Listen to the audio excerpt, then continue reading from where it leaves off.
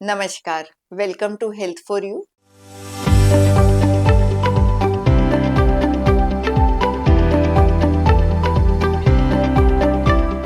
मैं डॉक्टर प्रीति शुक्ला, एक consultant registered dietitian और न्यूट्रिशनिस्ट हूँ और साकेत में प्रैक्टिस करती हूँ।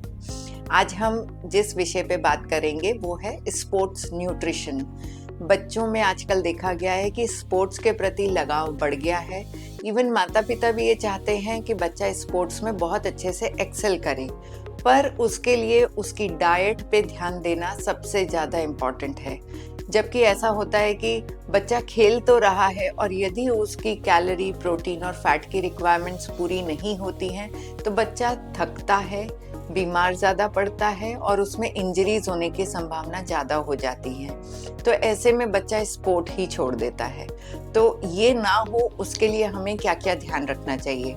सबसे पहले तो एक कुशल विशेषज्ञ से उसके बॉडी कॉम्पोजिशन की जांच करवाएं। उसके अंदर जो हमारे नॉर्मल व्यक्ति के लिए कैलोरी, प्रोटीन, फैट की रिक्वायरमेंट्स होती हैं, स्पोर्ट्स के लिए उसमें उससे ज़्यादा रिक्वायरमेंट्स होती हैं। तो एक नॉर्मल बच्चे के आहार से अपने स्पोर्ट्स वाले बच्चे के आहार की तुलना मत कीजिए एवं उसको वैसे नॉर्मल जैसा खाना नहीं होना चाहिए। तो आप अपने खाने से उसकी तुलना भी नहीं करें, वो सबसे अच्छा रहता है। तो इन बच्चों में कैलोरीज की रिक्वायरमेंट काफ़ी ज़्यादा होती है, जो कि पर केजी के हिसाब से चलती है।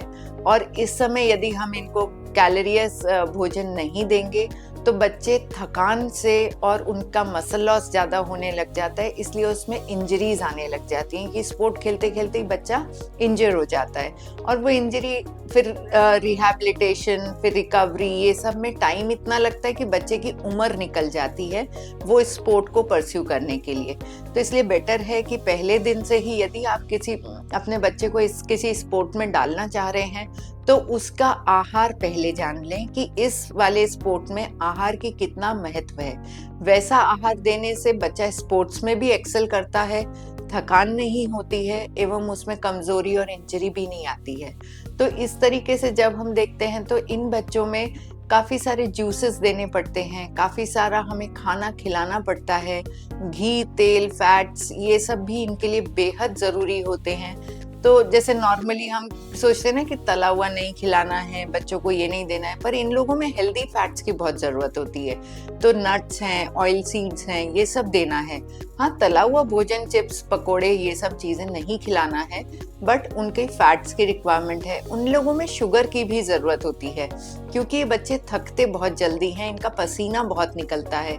तो सॉल्ट और शुगर दोनों का ही replenishment during sport activity, post sport activity और रिकवरी, तीनों ही जगह पे बहुत ज़रूरी है। तो इसलिए नॉर्मल से इनकी तुलना नहीं करें एवं एक आहार इनका चार्ट बनवाएं और हमेशा ये कोशिश करें कि इनको आप पूरा टाइम खाना खिलाते रहें। एक्सपेंडिचर ज़्यादा है, इसलिए इनटेक भी उसके अकॉर्डिंगली ही होना चाहिए। Thank you.